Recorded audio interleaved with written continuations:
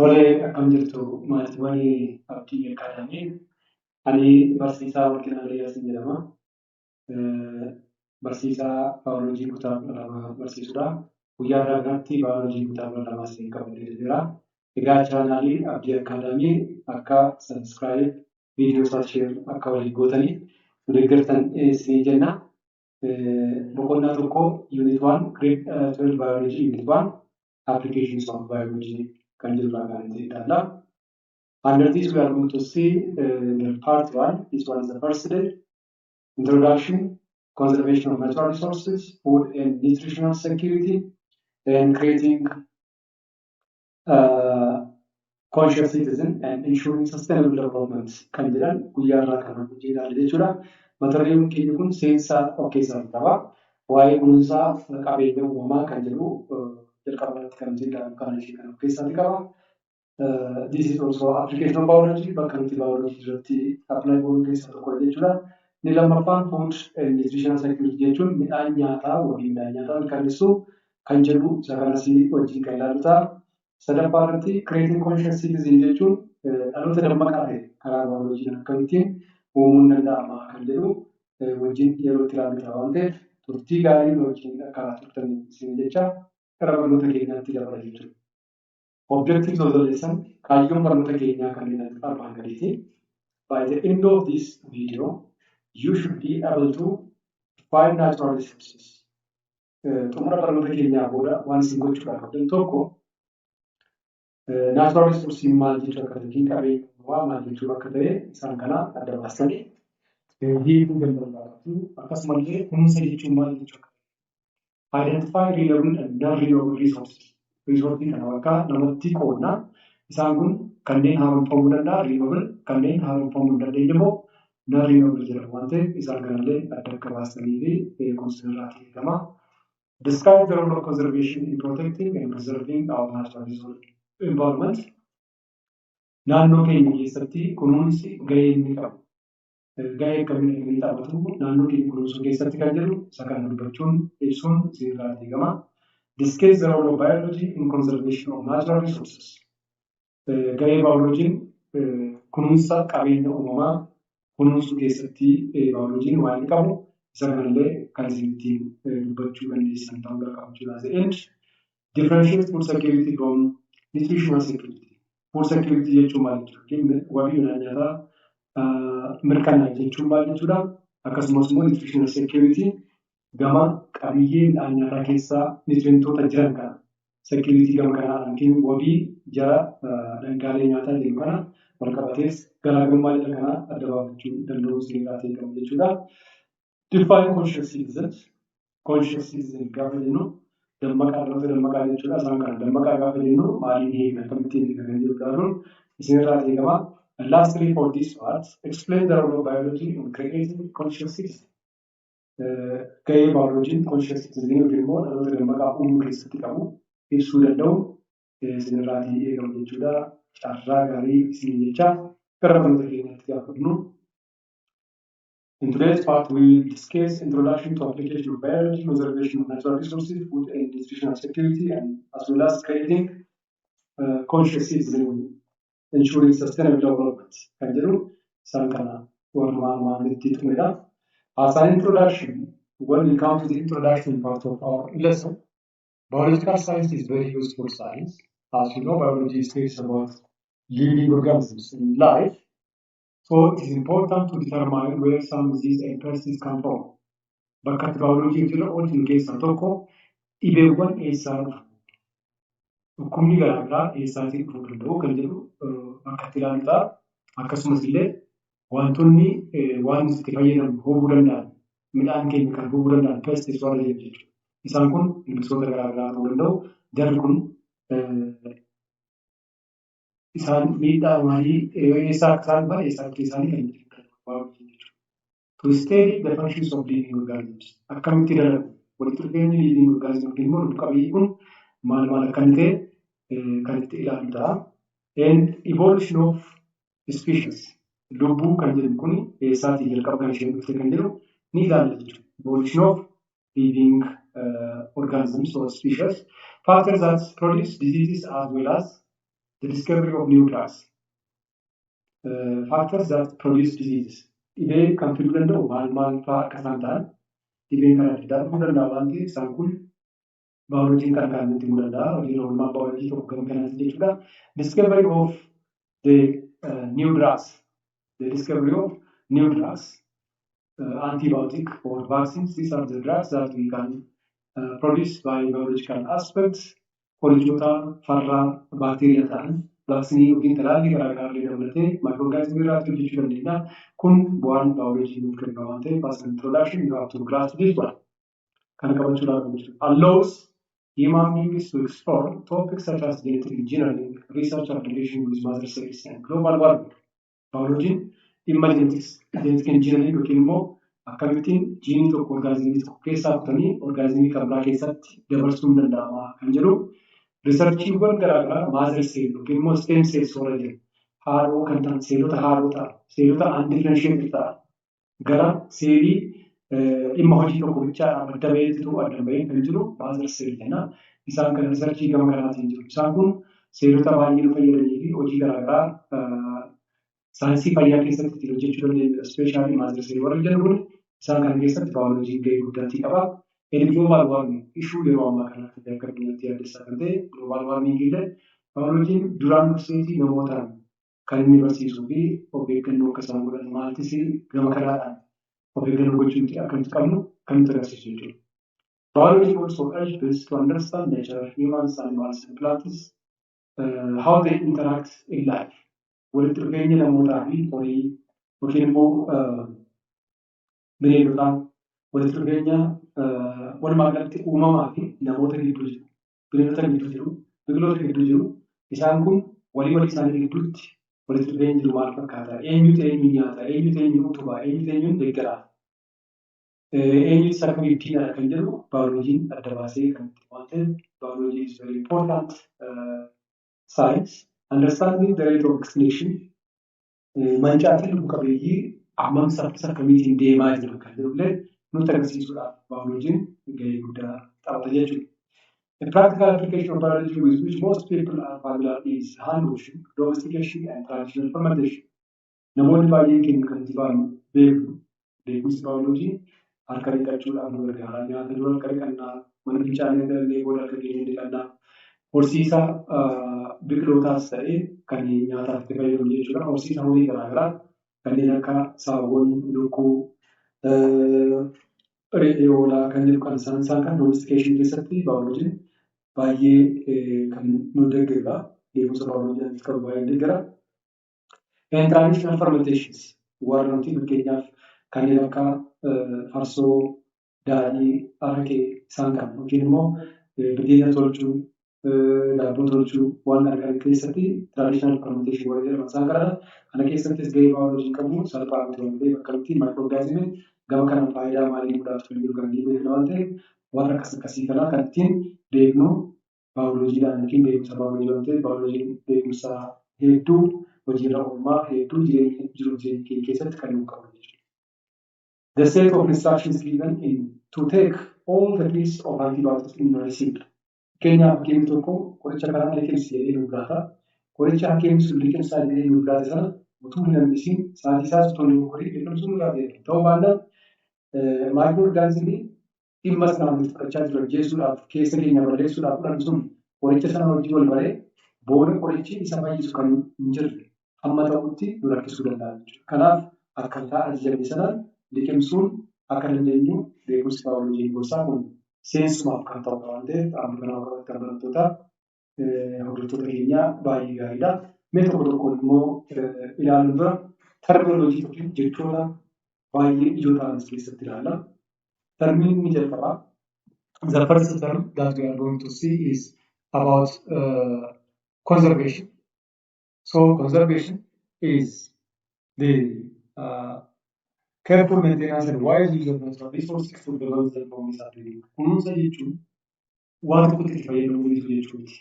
Waan itti fayyadamu sanatti garuu seeraan itti fayyadamu, ogummaadhaan itti fayyadamu, kunuunsaan itti fayyadamu, kunuunsinee dhaloota ammaa kanaaf ofii keenya itti fayyadamaa dhaloota dhufuufis yaada itti fayyadamu jechuudha. Sababni isaa waan nuti qabu qabeenyi kan keenya qofaa hin ta'in kan dhaloota dhufuudhaas waan ta'eef warra ammaas sirriitti fayyadamuu qabna. Warri dhufuufis immoo ol kaa'uun nurraa fayyadamu jechuudha. Kanaaf wantoota tokko fakkeenyaaf biqilaa tokkotti yoo itti fayyadamne ta'e yoo murree itti fayyadamne ta'e bakka isaa deebisnee dhaabuun kunuunsa yookiin wise use of natural resources jedhamee kan beekamu yoo ta'e kunuunsi baay'ee barbaachisaadha. Dhalli namaa natural resources yookiin immoo qabeenya uumamaa malee jiraachuu hin danda'u waan ta'eef jechuudha. Akkasiin booloo ta'e hin manca'u. Manca'inaa immoo jiraachuu hin dandeenye kunis itti fufuu danda'anii jechuudha. The next one is natural resources. Qabeenya uumamaadha. Qabeenya uumamaa jechuun uumamaan kan jiran kan nam-tolchee hin taane jechuudha. Qabeenya uumamaa gaafa jennu uumamaan kan jiranii fi nam-tolchee immoo kan hin taane jechuudha. They are resources actual or potential supplied by nature. Uumamni kan laate har'a kan itti fayyadamaa jiru yookiin immoo har'a kan itti fayyadamu gara fuulduraatti potential kan itti fayyadamuu dandeenya jechuudha. Fakkeenyaaf yoo fudhannee ilaalle Abbaay utuu duraan heekamee duraanii akkasumatti poteenshaalii keenya ture jechuudha. Har'a garuu hidhi haaromsi guddicha Abbaay irratti biyyi keenya hiitee jettu actual reesoorsii keenya ta'ee nu fayyadaa jira madda ibsaa nuuf ta'eetii jira jechuudha. Renewable qabeenya uumamaa kana bakka lamatti qooduu dandeenya. Renewable and renewable jenna. Renewable jechuun warra haaromfaman jechuudha. They are capable of being produced indefinitely. It will not be used up as there will always be more available.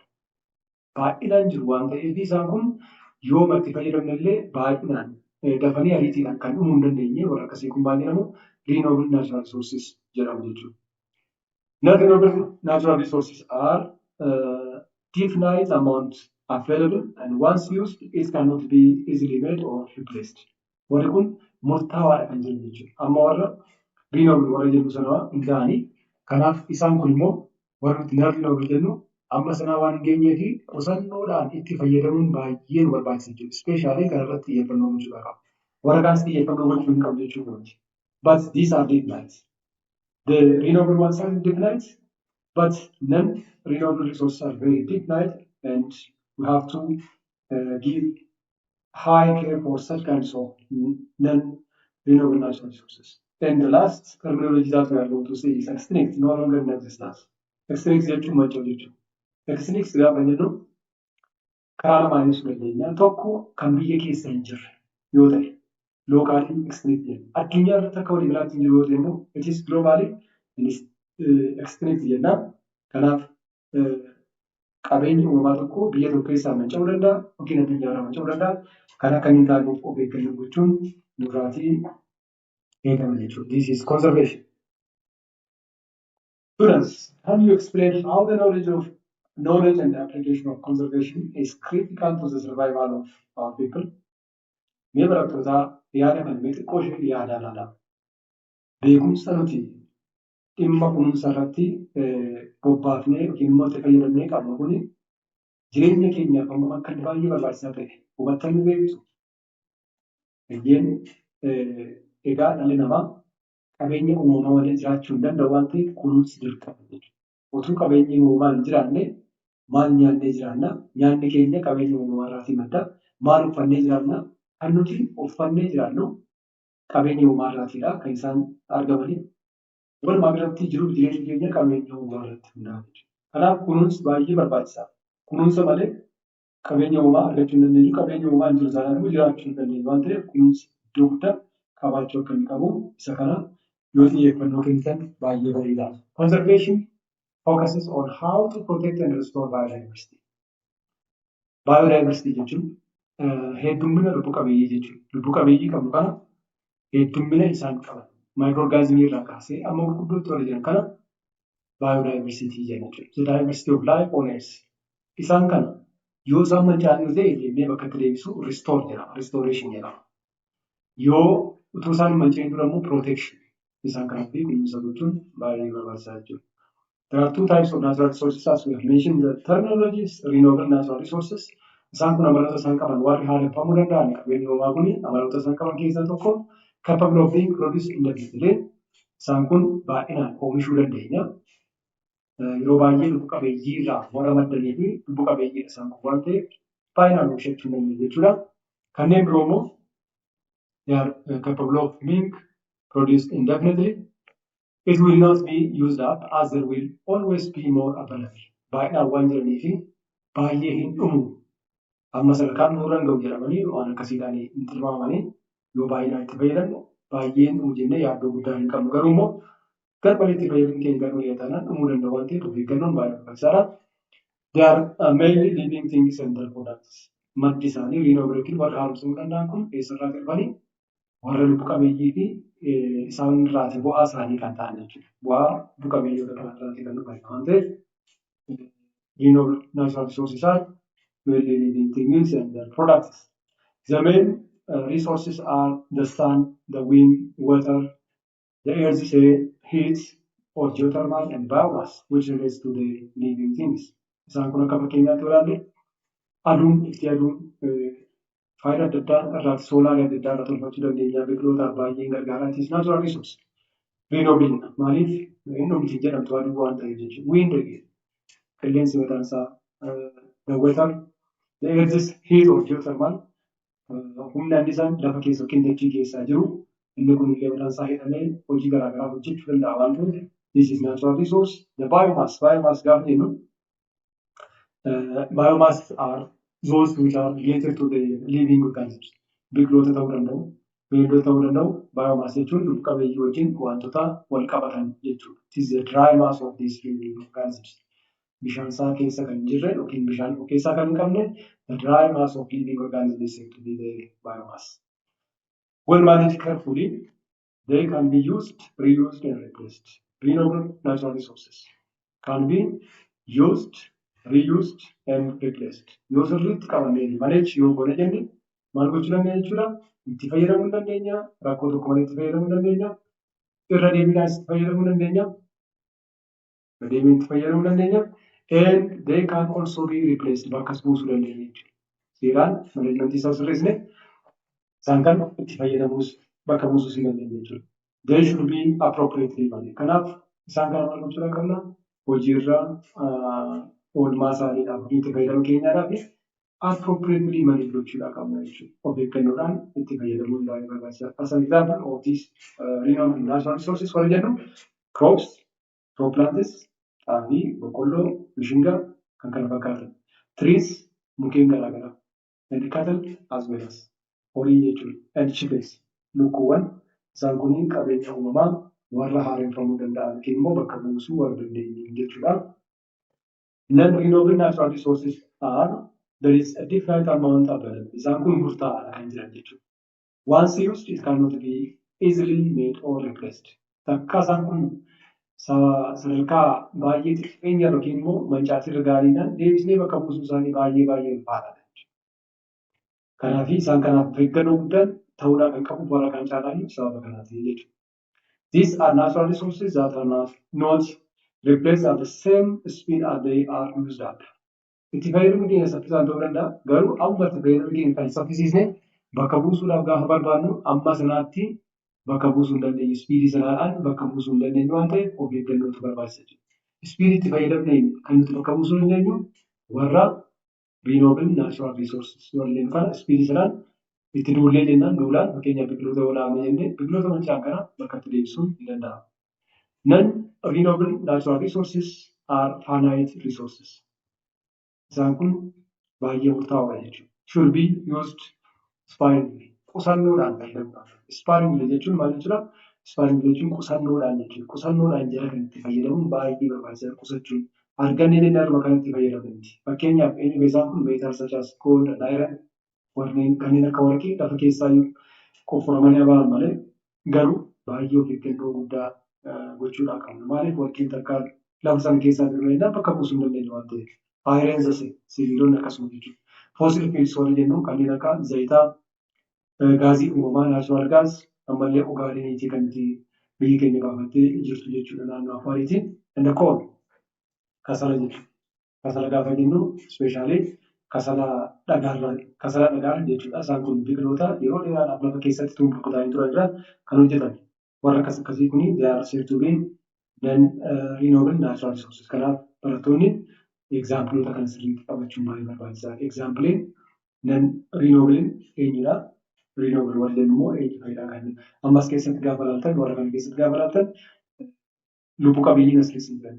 Nallee biyyi warra ta'an keessumaa renewable water tangune ra melili ante sparingly they must be used. What's the role of biologists in conserving natural resources? Gain biology natural resources kana tiksu eeguudhaaf kunuunsuudhaaf qabu maaliin gaafatanii ilaalu because it is one application of biology. Conservation is one application of biology and conserving natural resources. Biologists take a position in conserving species and saving them from extinction. Biologistoonni maal godhu species tokko akka hin mancaane gochuudhaan akka inni eegamu akka inni kunuunfamu haalli mijataan akka inni isaaf uumamu mancaateerraa isa baraaruudhaaf waan baay'ee hojjetu jechuudha. For example, preservation of animals and plants in zoos and seed banks. Biqilaan tokko immoo bineeldi tokko yoo inni baay'ee xiqqaatee ta'e baay'ee lakkoofsa baay'ee xiqqaatee ta'e gara zoo yookiin immoo bakka isaaf mijataa ta'e tokko uumne achi keessa kan jiraatu gochuun nurraatii qaba jechuudha.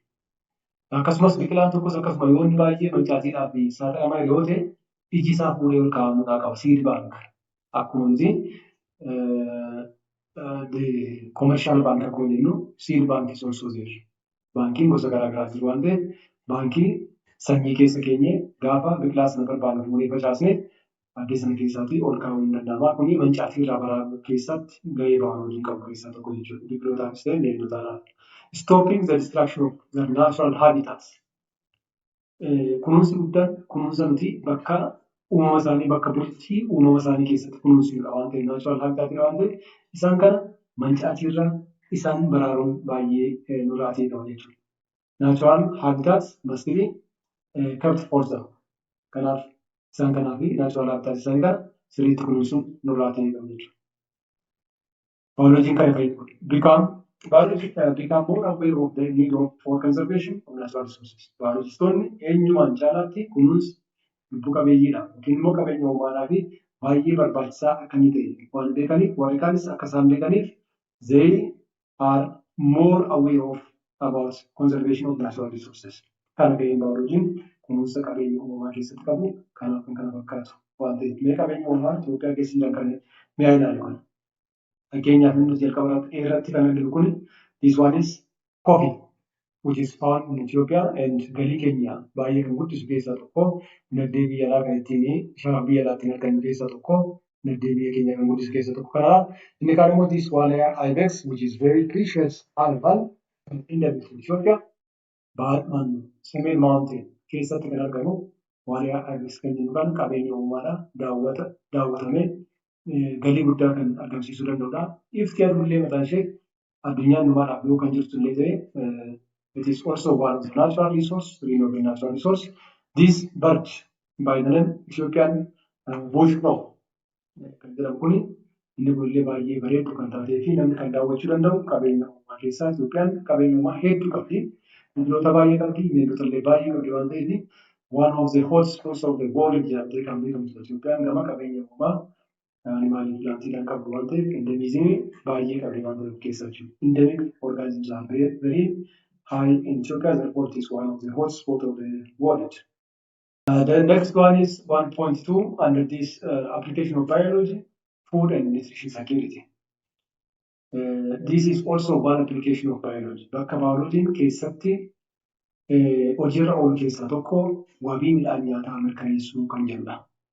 According to Committee on World Food Security, the United States Committee on World Food Security, they define its food security as a state in which all the people have physical, social, and economic access to sufficient, safe, and nutritious food that meet their food preferences and dietary needs for an active and healthy life at all times.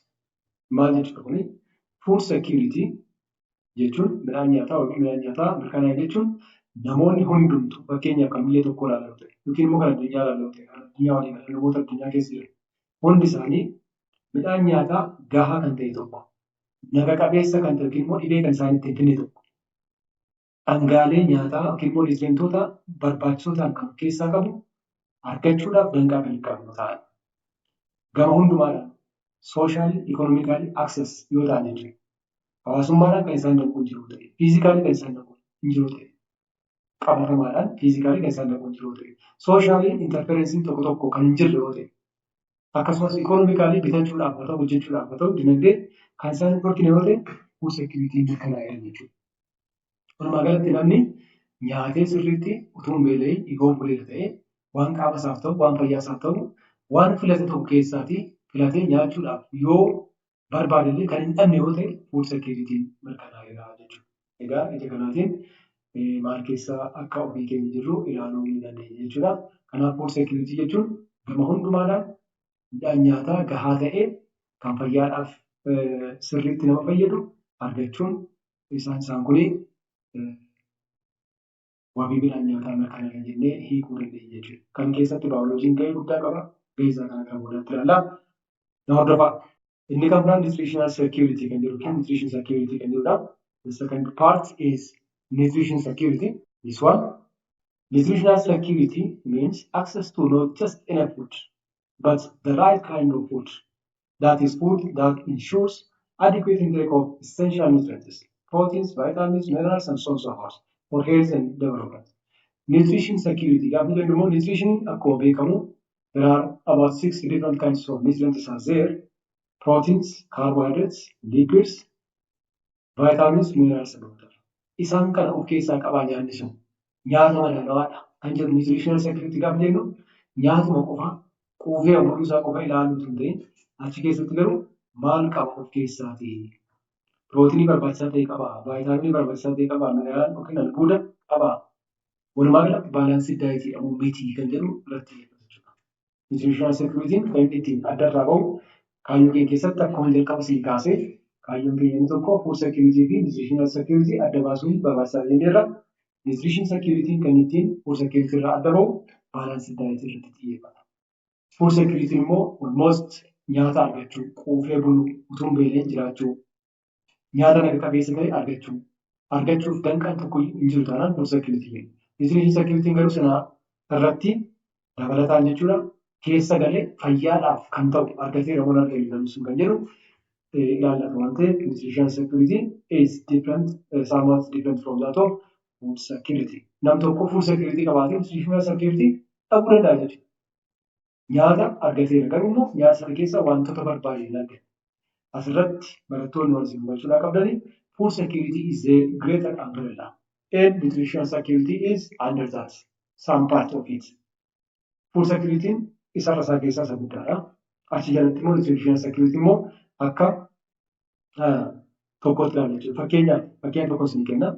Food security akka mana guddaa tokko ta'e mana keessatti kutaan adda addaa jiru akka mana keessaa kutaa tokko isheetti nutritional security akkas ta'e ilaalla jechuudha. Keessaa fi paartii tokkodha. Kanaaf food security is more broader and nutritional security is specific, but it is about balanced diet.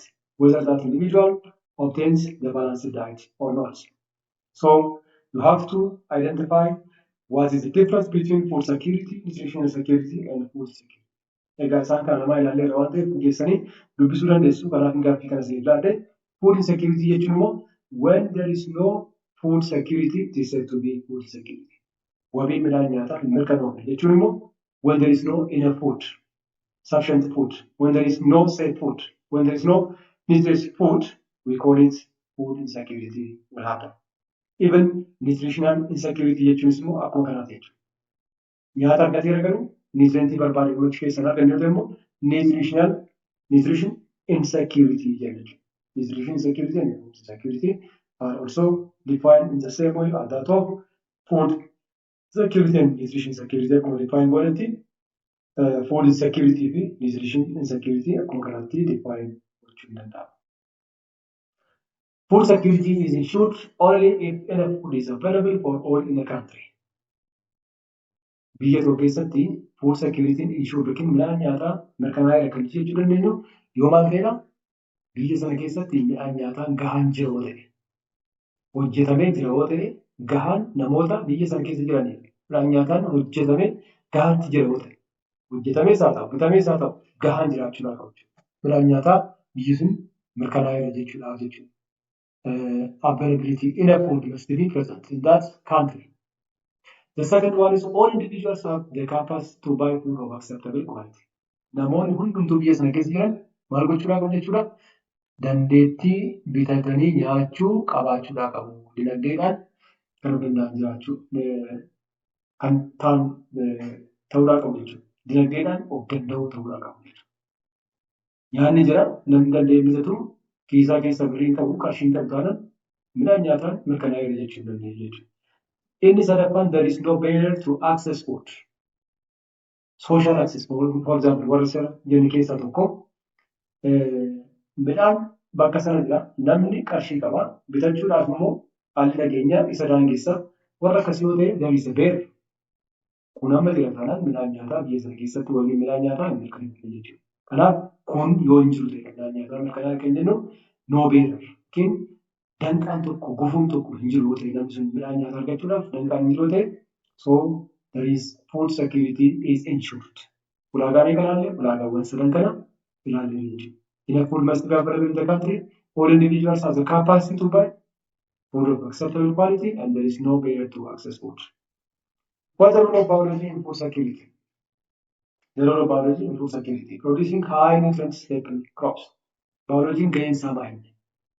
Food security kan wabii midhaan nyaataa mirkaneessuu keessatti gaheen biology qabu baay'ee. Midhaan nyaataa isa tokkodha. Lubbuu qabeeyyiin immoo nyaata barbaadu. Biolojiin immoo dhimma lubbuu qabeeyyiiti. Kanaaf midhaan nyaataa akkamitti akka isaaniif mirkanaa'u godha. Biolojiin gaafa jennu biology produces high nutrient staple crops. Dhangaalee nyaataa kan jennu kana warra nutrientii guddaa of keessaa qaban high nutrient staple crops. Staple crops jechuun midhaan nyaataa yeroo mara nyaannu fakkeenyaaf biyya keenya Itoophiyaa keessatti staple food wal jedhamu warra akka xaafii, baaqelaa, ataraa, boqqolloo, garbuu, qamadii, mishingaa isaan kun staple foods or crops of the Ethiopian society. Isaan kun qabiyyeen isaanii high nutrient value. Nutrient isaanii kan dabalu by biotechnology, biology gochuu danda'a jechuudha. Another thing is developing new products that can combat malnutrition and thereby improving food utilization. Biology waan godhu nyaanni haaraan tokko akka inni oomishamu gochuu ni danda'a. Kana gara fuulduraatti paartituu keenya keessatti ni ilaalla. Hordofaa new products, novel products can be produced by the help of biotechnology. So this can combat malnutrition. Immoo hanqina midhaan nyaataa keessumayyuu immoo nyaata madaalawaa dhabuu kan jedhu isa kana dhabamsiisuu keessatti baayolojiin gahee guddaa taphata jechuudha. Adeemsa akkasiitiin baayolojiin haala nyaata keenyaa sana improve gochuu danda'a. It can improve food utilization. Fayyadama nyaata keenyaa nuufin hojiirra oolchuu danda'a. Immoo nuuf hojjechuu danda'a. The other thing is biotechnologists design the manufacturing process and machinery used to produce food and drink. Biotechnologists are biologists. Isaan kun biologistootadha. Maal gochuu danda'u? Tokko wantoota nyaanni ittiin qophaa'u kan meeshaalee yookiin siistama nyaanni ittiin qophaa'u dizaayin gochuu danda'u. Dhugaatiin ittiin qophaa'u dizaayin gochuu danda'u. Adeemsa ittiin qophaa'u sanas lafa kaa'uu danda'u jechuudha. Therefore, biotechnologists can design the manufacturing process and machinery for the manufacturing of the food and drink that we need. Kanaaf midhaan nyaataa mirkaneessuu keessatti biologistoonni especially biotechnologists are very crucial individuals. Innovations by biologists allow products to have consistent flavor, color, and texture to be produced in large quantities. Dhandhama barbaanne tokko flavor jechuun dhandhama barbaanne tokko kalorii barbaanne tokko nyaata keenya irra keessatti argachuudhaaf yookiin immoo haala texture jechuun lallaafina isaa, muchaachuu isaa, bifti isaa maal akka inni fakkaatu jechuudha. Isaan kana karaa beekumsa baayolojiidhaan argachuu dandeenya. Nyaanni keenya dhandhama barbaanne, kalorii barbaanne kan nu qabaatu gochuun ni danda'ama jechuudha. Ammana kan hojjenne waa'ee food security and nutrition security kan jirurratti amma kana yoo xiqqoo ishee jennee egaa waan dabalataa intarneetii irraallee explore gootanii ilaaluun beekumsa keessan gabbifachuun kitaabolee waqtii garaagaraa dubbisuun baay'ee barbaachisaadha. Yeroo qabaatanii kan gochuun baay'ee barbaachisaadha. Gaasii garuu atleast yoo xiqqaate kitaaba keessan irra kan jiru kana sirriitti ilaaltanii adda utuun baaffatiin bira darbuun seerraatii ni eegamu jechuudha. The third for today is creating conscious citizen and ensuring sustainable development. Gaheen baayolojiin taphatu tokko application of biology kan jedhu keessaa dhaloota dammaqaa ta'ee uumuu creating conscious citizen. dhaloota lammii dammaqaa ta'e uumuu. Baayolojistoota jechuudha. Baayolojistoota dammaqoo ta'anii naannoo isaanii beekan uumuu jechuudha. Naannoo isaanii fi jiruuf jireenya naannoo isaanii fooyyessuu kan danda'an uumuu jechuudha. Inshuuriin sastainable guddina xiqqaa ta'ee galmeessuu danda'u inni kun gahee baayolojiiti. Isa kana jalatti kan nuti ilaallu conscious citizen mee definitionii kanarraa maal jechuudha hiikni isaa? Conscious citizen jechuun maal jechuudha? A conscious citizen is one who places value on being fully human while connecting with higher purpose. Namni conscious citizen kan jennu tokko nama ta'uu isaadhaaf iddoo guddaa kan kennuu fi nama kan hin ta'e immoo wayiifidha jedhee pappasii ta'edha jedhee kan sanaaf hojjetu jechuudha. Uumama baay'ee jira. Namni uumama keessaa tokkodha. Namni immoo uumama warra jiran keessaatii kan caaludha. Maaliif hin yaada waan ta'eef jechuudha. Hin karoorsa waan ta'eef. Waa'ee isaafis yaada, waa'ee uumama warra kaniifis yaada waan ta'eef. Kanaaf dammaqaa lammii dammaqaa kan jennu tokko nama ta'ee uumamuun koo qabeenya naannoo koo kana jiru anis akkan kunuunsuufidha. Seeraan akkan itti fayyadamuudha. Warri kaanis akkasaan seeraan itti fayyadamanidha. Addunyaan kun jiruuf jireenyi addunyaa kana keessa jiru namni itti gammadee kan itti jiraatudha jedhee kana kan beeku conscious citizen jechuudha. Baayolojiin dhaloota akkasii kana uumuu keessatti gahee guddaa qaba jechuudha. Human life and relationship with all living things. Human life and relationship with high purpose gaafa jennu human life jireenya namaa fi jireenya warra kaanii wajjin wal qabsiisee kan ilaaluu danda'u jechuudha. Dhaloonni dammaqaa ta'e jiruu jireenya namaa warra kaan wajjin walitti fidee lubbu qabeeyyii warra kaan wajjin walitti fidee kan ilaaluu danda'udha. One who takes the responsibility for transforming skills into action through ethical decision making to ultimately improve life living on the planet. Egaa conscious citizen gaafa jennu nama akkamidha? Nama itti gaafatamummaan isatti dhaga'amu. Nama beekumsa qabu immoo gara hojiitti jijjiiree isayyuu karaa of eeggannoo qabu, karaa etiksiisa, karaa namuusa isaa eeggate gara hojiitti jijjiiree jiruuf jireenya addunyaa kana yookiin pilaanetii kanarra jiru kan fooyyessuu danda'u conscious citizen jechuudha. Kanaaf conscious citizen jechuun beekumsa qabu, ogummaa qabu gara hojiitti kan hiikuu danda'u. Isa hojiitti hiika kanaan immoo mataasaas kan fayyadu. Addunyaa kanarra namoota jiranis kan fayyadu. Kanaaf conscious citizen gaafa jennu mataa isaa bichaaf nama yaadatu hin ta'in qofaaf kan yaadatu hin ta'in warra kaaniif illee kan yaadatu. Kun hiika conscious citizen kan jedhu gaafa ilaallu jechuudha. So what is the role of biology in creating conscious citizen? Gama kanaan biolojiin maal gahee inni taphatu kan jedhu waa xiqqoo ishee kan ilaallu. Biology is important in expanding awareness of the social, global, and environmental conditions. Biology maal jechuudha? One, expanding awareness of the social, global, and environmental conditions. Odeeffannoodha. Odeeffannoon baay'ee paawaridha. Beekamaadha. Humnadha. Qabeenyadha.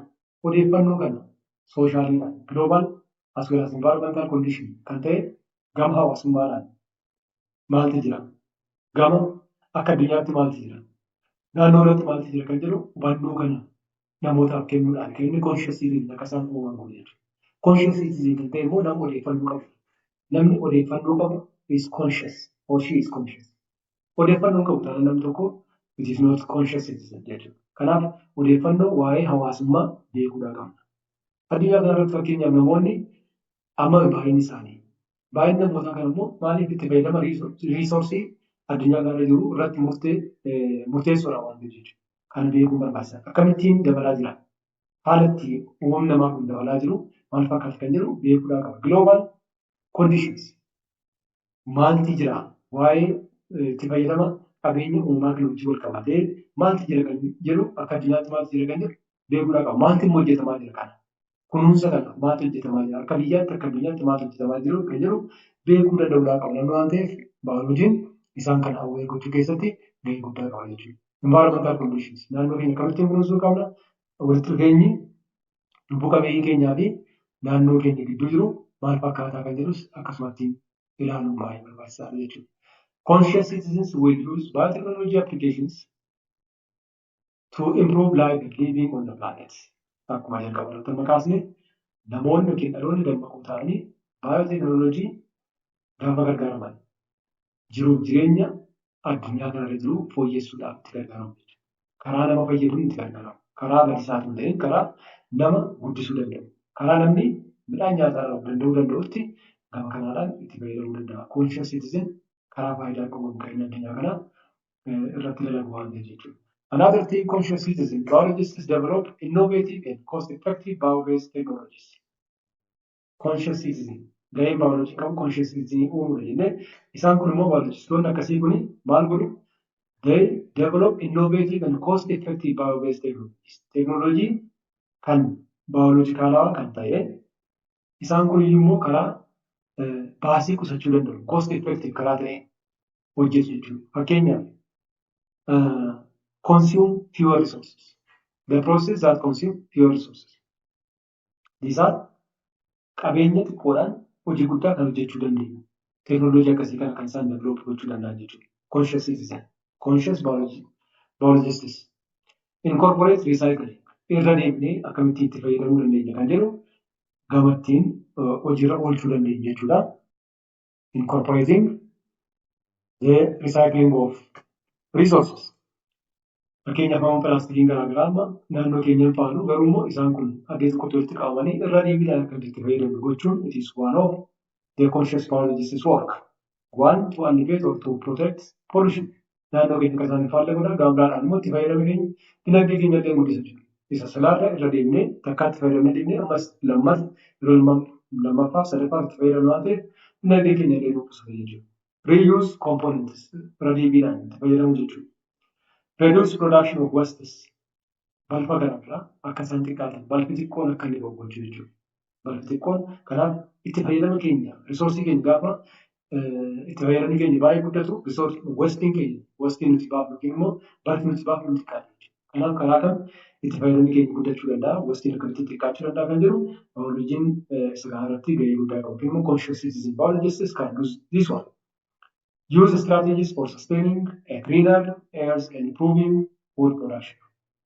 Tooftaaleen naannoo keenya magariisummaa isaanii eeguu, itti boqsiisu, biqiloota garaagaraa dhaabuun. On airs and improving food production. Akkamittiin midhaan nyaataa keenya immoo dabaluu dandeenya. Oomishtummaa keenya akkamittiin dabaluu dandeenya kan jedhu conscious citizen kan irratti hojjechuudhaan jiruuf jireenyi dhala namaa akkamitti fooyya'uu godhaa. Biolojiin as keessatti dammaqinaan dhaloota dammaqaa ta'ee uumuu keessatti baay'ee gahee guddaa qaba jechuudha. Kanaaf akka fakkeenyaatti gaafa ilaallu Piroofeesar Gabbisaa Ejjetaa midhaan nyaataadhaan namni akka of danda'uuf waan isaan hojjetan mishingaa bakka bishaan xiqqaa ta'e yookiin immoo lafa gammoojjii keessatti oomisha guddaa akka inni laatu gochuudhaan wabii midhaan nyaataa akka inni gam tokkoon akka inni mirkanaa'uu danda'u gahee isaanii kan taphatan baayoloojistii beekamaadha akka addunyaatti.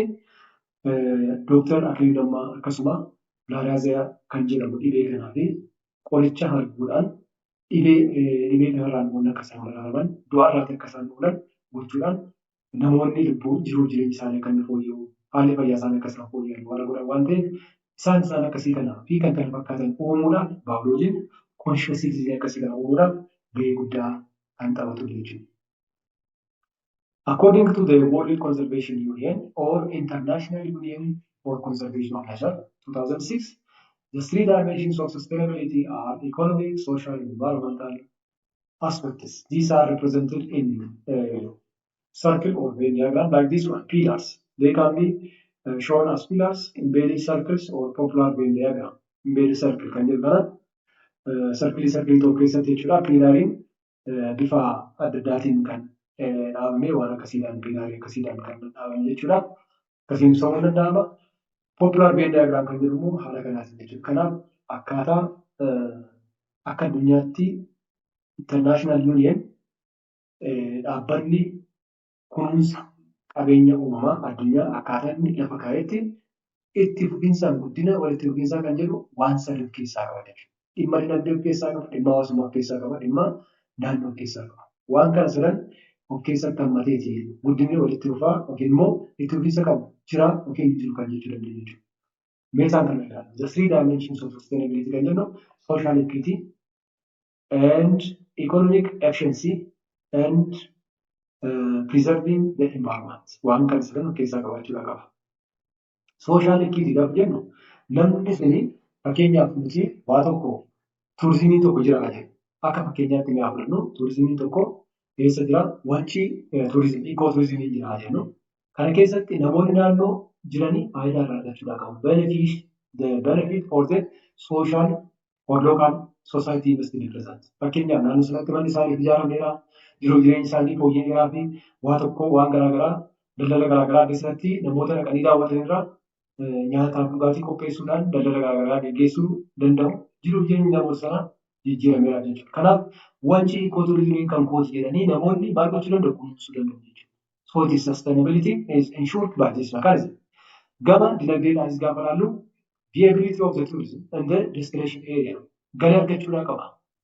Ikooturizimiin addee kan jiru kun yookiin wancii jiru kun galii argachuudhaa qaba. Galii kanaan immoo of fooyyessaa, of miidhagsaa, of bareechaa naannoo isaas kunuunsa waan ta'eef naannoo sanatti dinagdee inni sirraa argachuudhaa qaba. Dinagdeen argatu taanaan qofaa deema waan ta'eef kanaaf namoonni bakka sana dhaqan illee kan isaan kaffaltii kaffalan naannoo sanallee miidhagsuu keessatti gahee qaba. Biyyaaf galii kan inni ta'u naannoo sanas kunuunsuu keessatti ammas gahee qabaata jechuudha. Sadaffaa irratti preserving the environment naannoon sun kunuunfamuu danda'udha. Naannoon sun kunuunfamu taanaan preserving biodiversity naannoo sana lubbu qabeeyyii naannoo sana jiran biqiloota bineeldota addee sana jiran hin kunuunsu taanaan naannoon sun miidhagaan ta'u naannoon sun miidhagaan ta'u taanaan immoo namni dhaqee daawwatu akkas namni dhaqee daawwatu taanaan immoo the tourism is not sustainable jechuudha. So for the tourism to be sustainable, social aspect, equity must be considered, economic efficiency must be considered, and preserving the environment is mandatory. Naannoo sana kunuunsuun barbaachisaadha. Namni itti fayyadamuudhaa qaba. Hawaasni naannoo dhimma isaarraatii fayyadamuu danda'uudhaa qaba. Kan kooti jechuudhaa qaba.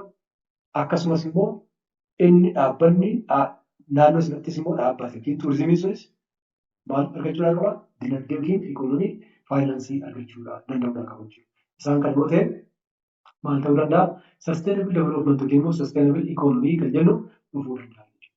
Kanaaf akkaataa dhaabbanni addunyaa waa'ee kunuunsa naannoo irratti qabu dubbatetti isaan kunuunsan isaanii waa'ee itti fufinsaan guddina walitti fufinsaa yookiin immoo guddina sirriitti wabiinsaa mirkanaa'e tokko argachuudhaaf maal ta'uudhaa qaba? Social equity, economic efficiency and preserving the environment is mandatory.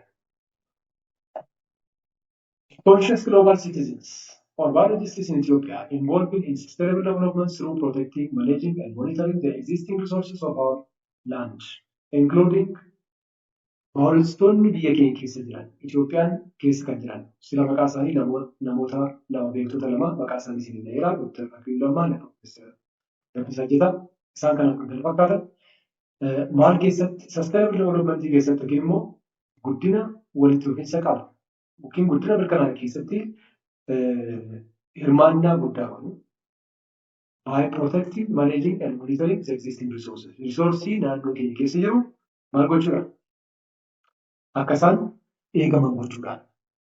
Akka isaan maneejmentii isaa akka inni sirratu yookiin bulchiinsi isaa akka inni sirratu gochuudhaan. To'achuudhaan jechuudha. Fakkeenyaaf analyzing soil, water and air for chemical pollution. Qilleensi keenya faalamaa moo faalamaa miti? Biyyeen keenya faalamaa moo faalamaa miti? Bishaan keenya faalamaa moo faalamaa miti jedhanii adda baasanii ilaalu jechuudha. For chemical pollution. Kuni maaliif gargaara? Qilleensi faalamaa yoo ta'e fayyaa keenya irratti dhiibbaa guddaa qaba waan ta'eef kun baay'ee miidhaa nurraa geessisuu danda'a waan ta'eef jechuudha. Biyyeen keenya faalamaa yoo ta'e midhaan sirriitti nu oomishuu danda'u waan ta'eef. Bishaan keenya faalamaa yoo ta'e dhibeewwan adda addaa dhibeewwan yookiin dhukkuba bishaan wajjin wal qabatanii dhufan wajjin fiduu danda'a waan ta'eef nutti fiduu danda'a waan ta'eef isaan kanaaf of eeggannoon barbaachisaa waan ta'eef conscious Ethiopian or global citizens biologists do this one. They can analyze the chemical pollution in soil, in water, in air. Finding ways to clean up pollution.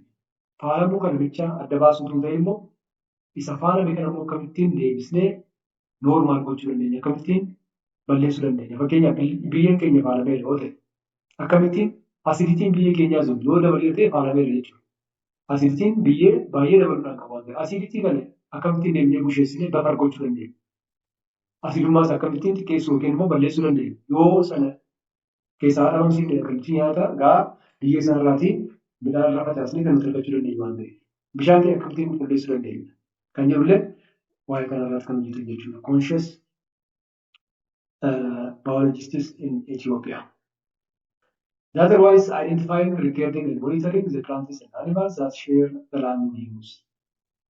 Kun immoo gama taaksonomiitiin, gama classificationtiin warri jiran immoo fakkeenyaaf beektonni keenya baay'een isaanii Addis Ababa Yuunivarsiitii keessa barsiisonni hedduun dhimma kana wajjin kan wal qabate ni jiru. Isaan kun Profeesar Sabsibee fakkeenyaaf akka fakkeenyaaf fudhachuu dandeenya. Identifying, recording, and monitoring the plants and animals that share the land we use. Adda baasuu, galmeessuu, to'achuu biqiloota biyya keenya keessa jiran. Eenyu fayyadata isaan jiran? Eenyuun qabna? Biyya keenya keessatti qofa kan argamu eenyudha? Biyya laattuu kan argamu eenyudha? Animaalillee akkasuma biqilootas adda baasuu, galmeessuu, to'achuu inni kun gahee baayolojistoonni qaban jechuudha. Kunuunsa irratti gahee guddaa qabu waan ta'eef adda baasuun, galmeessuu fi to'achuun gahee guddaa qabu waan ta'eef jechuudha. Egaa barattoota barnoota keenya guyyaarraa isaan kanaan goolabna. Walumaa galatti guyyaarraa kana waan sadii mata-dureewwan sadii ilaalleerra seensa keenya utuu hin dabalatiin jechuudha. Jalqaba irratti waa'ee qabeenya uumamaa akkamittiin kunuunsuu dandeenya kan jedhu. Lammaffaa irratti immoo wabii midhaan nyaataa mirkaneessuu kan jedhu baayoloojiin gahee as keessatti qabu ilaalleerra. Sadaffaa irratti baayoloojiin dhaloota dammaquu ta'e uumamuu ni danda'a jennee akkasii ilaalleerra. Egaa kana booda kan itti aanu immoo sekshinii lammaffaa paartii lammaffaa yeroo itti aanutti 1.4 applications in biotechnology kan jedhu ittiin walagala jechuudha. Chaanaalii keenya Abdii Akaadaamii subscribe gochuun viidiyoo keenya immoo share gochuu hin dagatina. Barnoota keenya kan malee ni walitti nagaan nu tura galatoomaa jedha.